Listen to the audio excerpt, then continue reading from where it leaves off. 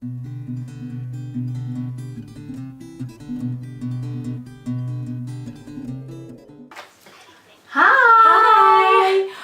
Today we thought we'd do a Q&A video for you because we're fairly new to YouTube and thought it might be a nice way for some of you to get to know us a little bit better.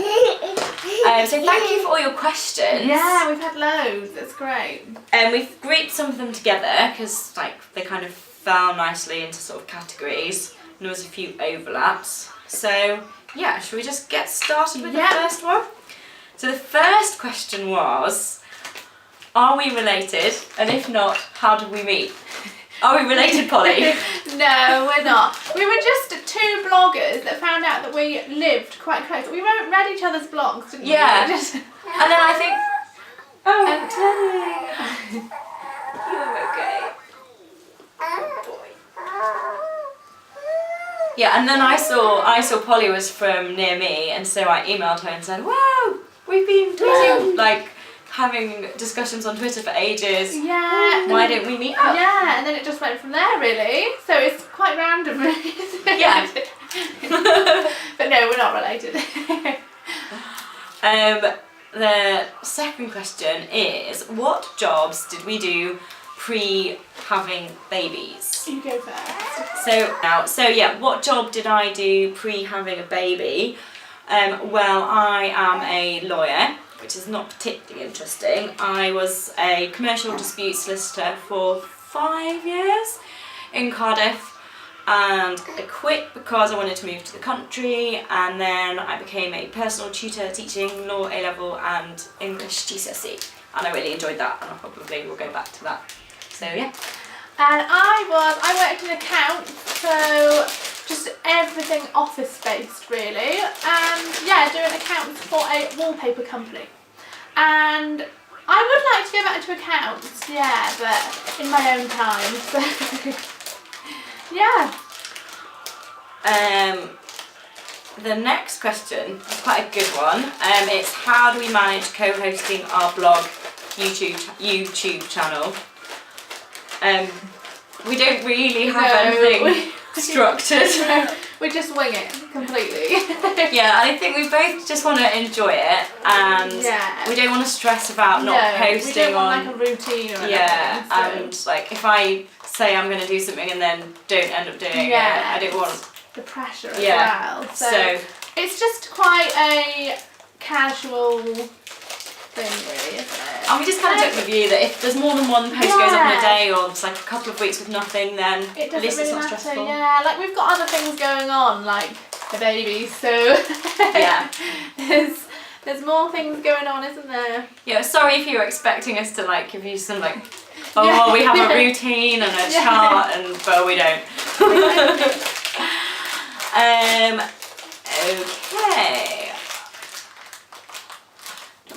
So, next couple of questions are quite similar. Who's that yours? Oh, are they? The next couple of questions are quite similar, so we'll group them together. They're what active things do we do to be a good role model for our little ones, and what are our favourite baby toddler activities to do with our little ones? Well, one of ours definitely has to be going out to baby groups. We love going. We go twice a week now as well. So, and it's just like, you kind of form quite good friendships with people as well. Like you see them weekly and you're just like, oh, how was your weekend and stuff. It's quite nice to get out to. And Archie obviously loves going as well and playing with all the toys. What are the baby groups? We go to a parent and toddler one on a Thursday, which is just more for older children, and then we just go to a Sure Start one on a Monday, which is free, and yeah, I think it's like newborn till 5, I think that one is, so that's good. Yeah, what about you? Well, Arthur loves being outside, so in terms of being a good role model, I do try and keep him active and go outside at least once every day. Like, even if it's just for like a walk down the lane. Definitely, just like cabin fever as well. Yeah, and I think we're both really lucky in that we live in the countryside, so it is quite easy just to get some fresh air or go and see like a sheep or horse or whatever, like in the vicinity of where we live. So Teddy's still quite little, but yeah, he enjoys going out in the buggy. And I think inside activity, probably reading to Arthur, because he's just got to that age where he like will remember a story and will start like, if it's a story with a rhythm, he will start saying the words like with you and stuff. Yeah. So yeah, I love that children love books, and that's probably our favourite indoor activity at the moment. What about your favourite indoor one? Probably it's something messy play related. I actually like sorting things as well. So if I just gave him like a packet of dried pasta and a box, he would happily sort that for like half an hour. So something like that, or like the bath toys, he loves sorting those as well. So as you can see, he's sorting right now. It's like, I think I need to do all over some pasta sorting. It sounds like a good way to kill some time. Yeah, it is.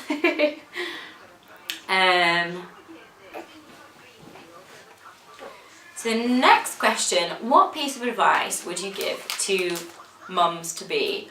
Oh, we were just talking about this before, and we said actually that we could probably do a whole post on this. There's so many things I think I'd do differently. But like one of them is just not to stress. Like I was just the ultimate new mum, Googling everything, every twitch and every little thing. And I think next time, if there was a next time, I'd just be a lot more laid back and just also trust my own instinct a little bit as well, because you can get so wrapped up in what people say, or like if somebody's like, or if you've seen something and they're like, oh, you have to take them to the doctors or whatever, and you're like, or you have to do this approach or this approach, or different ages as well, because like every baby's different. Yeah.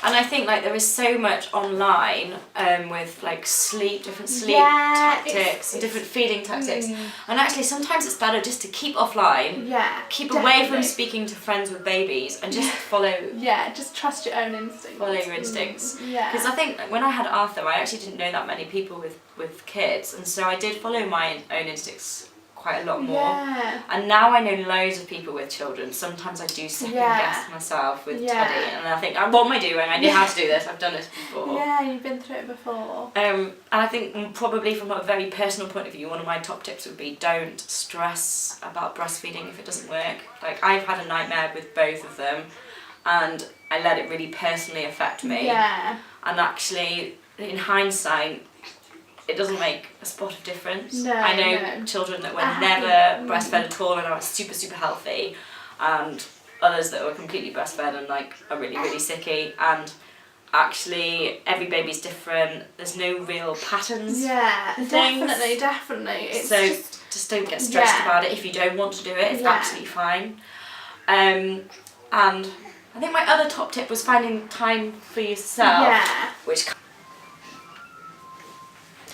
So, the next question feeds quite on from that, because one of my top pieces of advice for mums to be would be to find time for yourself. Yeah. And the next question is, what do you do to keep your relationship with your husband special and make time for you two? And I do think that finding time for you two as adults, as without the babies, just once in a while is quite important. And we're really lucky because we've got loads of family around us, and they are more than willing to babysit. And sometimes they'll like bite our right hand off because they want to babysit so much. Them over. And so we do try and like have the odd sort of like date night, whether we go to the cinema or even just a few hours, isn't it? It's just nice to. Yeah, so that would be my top tip for keeping my relationship special, especially because Dave works at sea and he's away for like weeks, sometimes months at a time. And so, like, sometimes we do just need our own time, because otherwise it's either him at work or him at home with the babies and nothing else. Yeah. The next question, how have you... Actually... Okay, the next question is, how have you found being a single mummy? Right, well I found it hard. Don't get me wrong, it's not easy, but it has got easier, or maybe it's just the fact that we've like got a routine now. We've got a good routine, and it's like we know what happens at what time, kind of thing. And yeah, sticking to something does work, but like I just find now I can't even imagine having anyone around, if you get what I mean. I can't imagine having any help now that we've been so long without. And what? And I also think, like, as well, like, it kind of we kind of get on with things on our own a lot better. So yeah, sometimes when there's no one there to help you, it's actually easier. You just get on, because you don't have to battle about who does what. Yeah, exactly. We've got our own little routine, haven't we, Arch? The next question is, how do I find the close age gap between my boys, and what's my top tips for the first few weeks of getting a routine with two?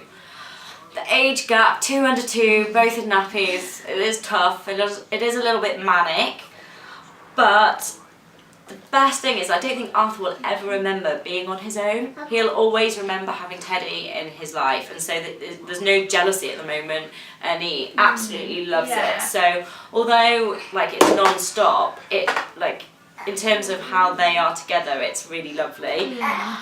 Top tips for the first few weeks of getting a routine. I still don't think I've got a routine with Teddy. Arthur had a really good routine anyway, and we've pretty much stuck to that. I mean, give or take half an hour, so like if Teddy was starving, then Arthur's dinner can wait half an hour or whatever. Yeah, you've got to be flexible. Yeah, keep it, try and get a routine if you can, but if you don't manage to stick to it every single day, it's not the end of the world. And yeah, just keep calm, and if you have 5 minutes in the evening, do you know what, have a glass of wine, seriously. Give yourself a break. Give yourself a break, yeah. So, and sleep when you can. Yeah. And don't be afraid to ask for help. Yeah, that's a really good one actually, because it can be like that being a single mum as well. It's you can do this on your own, and then actually sometimes just an hour's help from somebody. Is how do we cope and what do we do to get ready with 2 little ones, and how do we manage to stay stylish? So do we keep stylish with 2 little ones? So first question. Well, me and Archie don't really get dressed until about 9:30, 10. We tend to like come downstairs, have breakfast and everything, then getting dressed is probably the last thing on our list, really. How about you? Yeah, we're the same. If we're just having a lazy day in the house, then like daytime clothes are completely out the window and pyjamas are in.